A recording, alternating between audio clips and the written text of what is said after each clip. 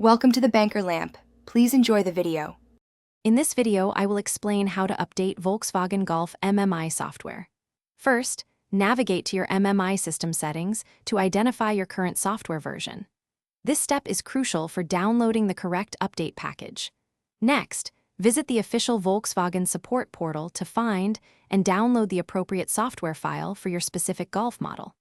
Finally, prepare a reliable USB drive, ensuring it is formatted to FAT32, which is essential for the update process to proceed smoothly.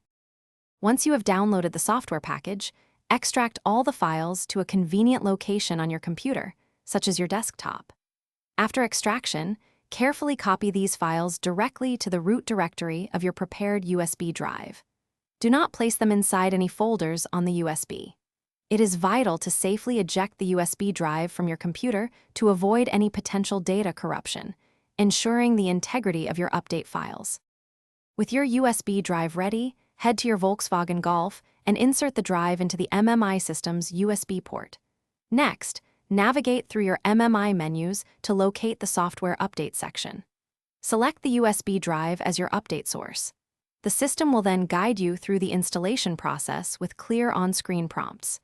Be patient, as the update can take some time, and avoid turning off the ignition during this critical phase. After the update is complete, restart your MMI system and navigate back to the settings to confirm that the new software version has been successfully installed.